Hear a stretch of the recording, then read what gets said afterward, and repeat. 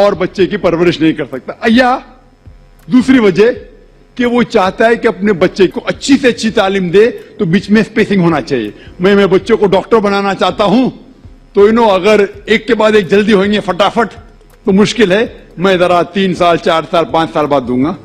یہ 2 وجہ ہو سکتے ہیں. میں آپ کو یہ کہنا چاہتا ہوں کہ میں میرے والدین کی 5ویں اولاد ہوں. 5ویں اولاد, 5th.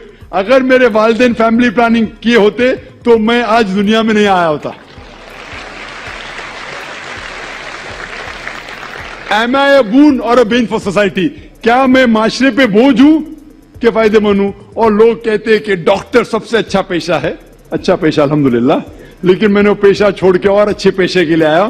جس طرح اللہ تعالیٰ فرماتے سورہ فصلت میں سورہ نمبر 41 آیت نمبر 33 میں وَمَنْ أَحْسَنُ قَوْلًا مِّمَّنْ دَعَا إِلَى اللَّهِ وَعَمِلَ صَالِحًا وَقَالَ إِنَّنِي مِنَ الْمُسْلِمِينَ. کون وہ شخص ہے بات کرنے میں بہتر؟ وہ شخص جو لوگوں کو اللہ کی طرف بلاتا ہے.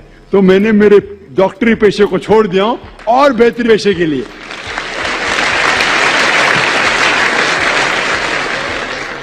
اگر میرے والد اور والدہ, ماں اور باپ فیملی پلاننگ کرتے تو میں دنیا میں نہیں آتا تھا. لیکن اسلام میں ہر پرابلم کا سلوشن ہے. جیسے میں نے کہا 2 چیزیں وہ ہے. ایک ہے کہ لوگ غریب ہے تو اسلام میں اس کا سلوشن ہے زکات.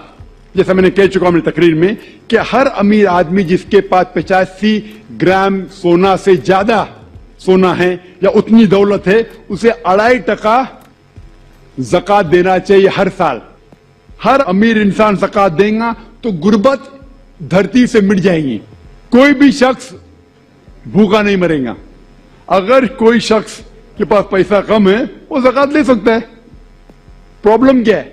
اور جو لوگ کہہ رہے ہیں کہ اسپیسنگ کرنا چاہیے, یہ ایک مالتھیوزن تھیوری تھی. آپ جانتے ہیں کہ مالتھیوزن theory that the crop is inversely proportional to the population. یعنی جتنا پاپولیشن ہے اتنا خطرہ ہے آپ کے کھانے کے لیے. Theory has been ڈسپرووڈ.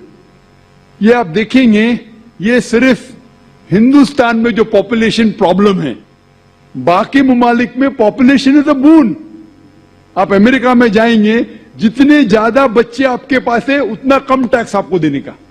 پتا آپ کو ینگ چھوٹے چھوٹے بچے پہنتے ہیں I am my father's tax sewer.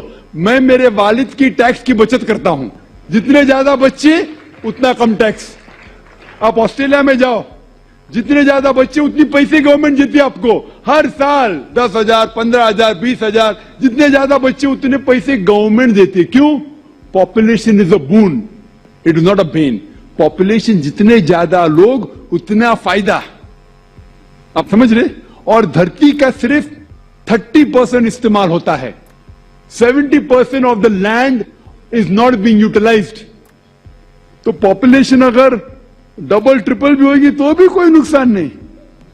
وہ پرابلم ہے گورنمنٹ کے پاس کہ گورنمنٹ کو انسان کو صحیح طریقے سے استعمال کرنے نہیں آتا ہے.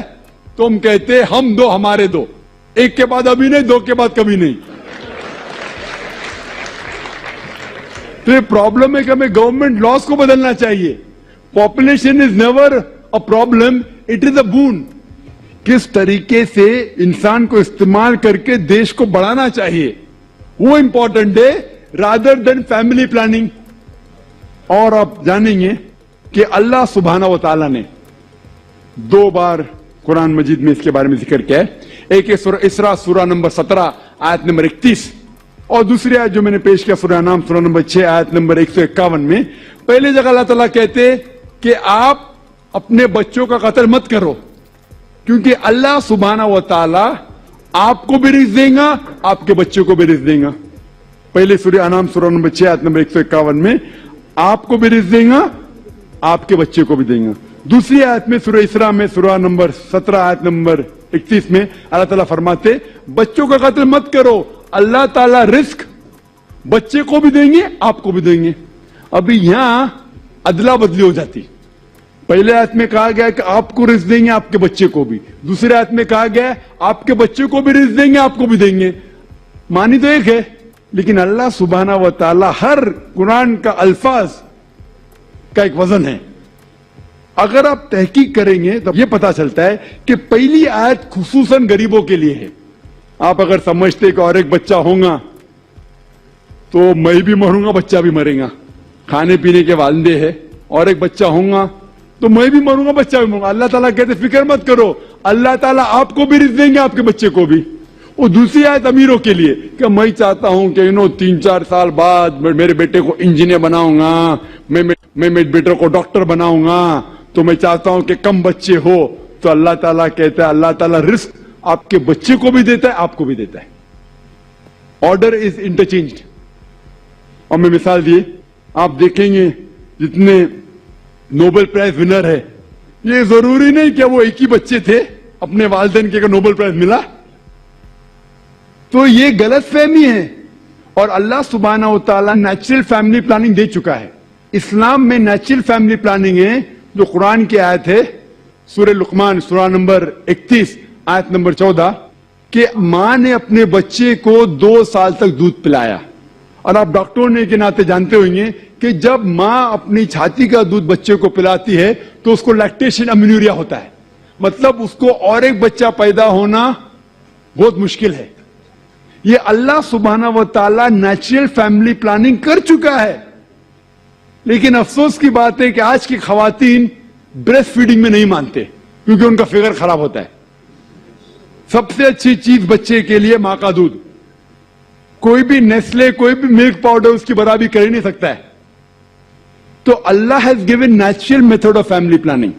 میں جانتا ہوں کہ یہ 100% سیف نہیں ہے, اسی لیے قرآن مجید کی ایک آیت ہے سورہ عمران سورہ نمبر 3 آیت نمبر 54 میں, مکروا مکر اللہ واللہ خیر الماکرین. انہوں نے پلان کیا اور پلاٹ کیا, اللہ سبحانہ و تعالیٰ نے بھی پلان کیا. اور اللہ سبحانہ و تعالیٰ سب سے اچھا ماہر ہے پلاننگ میں. اگر آپ سمجھتے کہ آپ پلاننگ کر سکتے فیملی کے لیے, آپ کی فیملی, آپ کو پوری اجازت ہے. آپ سمجھتے کہ اللہ تعالیٰ آپ سے بہتر کر سکتا ہے تو اللہ پہ چھوڑیے.